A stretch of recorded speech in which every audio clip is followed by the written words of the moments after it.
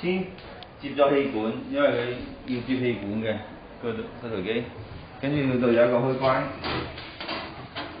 係總電源嚟嘅，打咗。嗰度有一個急停開關係控制呢個鋸片嘅，呢個又係急停開關係控制整個嘅。呢個啟動，呢個開關就控制呢個揸爪。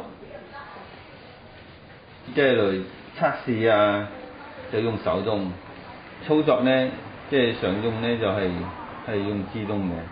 呢個自動係撳一撳佢，佢就顯示紅色嘅就係自動啦。呢個如果你物料就而家開始。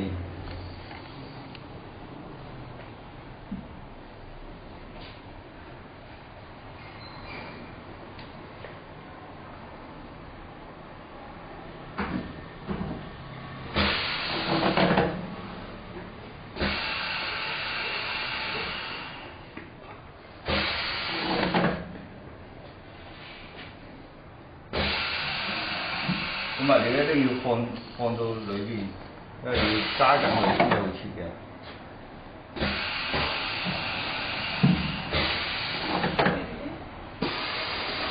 跟住按啟動。